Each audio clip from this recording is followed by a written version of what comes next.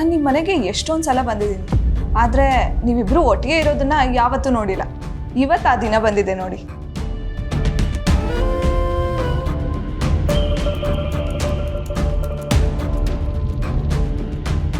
ವಿಶ್ವ, ನಿಜವಾಗ್ಲೂ ಅವರೇ ನಿಮಗೆ ಬರಕ್ಕೆ ಹೇಳಿದ್ರಾ?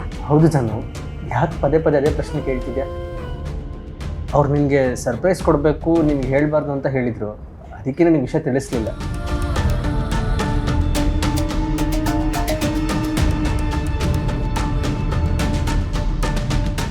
ಯಾಕೆ ಜಾನು, ಸರ್ಪ್ರೈಸ್ ಆಗಿಲ್ವಾ?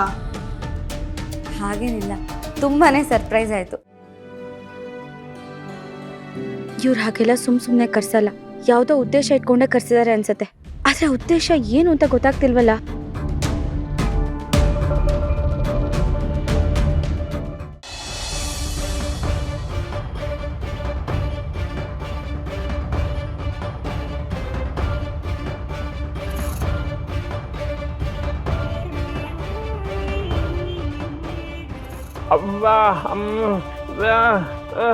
ವೆಂಕಿ, ಆಸ್ಪತ್ರೆ ನಮ್ಮ ತಾತಂದ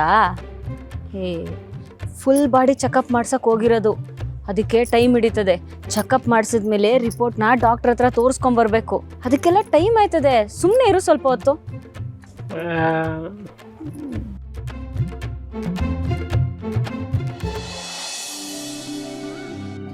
ಅತ್ತೆ, ಚೆಕಪ್ ಎಲ್ಲ ಆಯ್ತಾ? ಡಾಕ್ಟರ್ ಏನಂದ್ರು?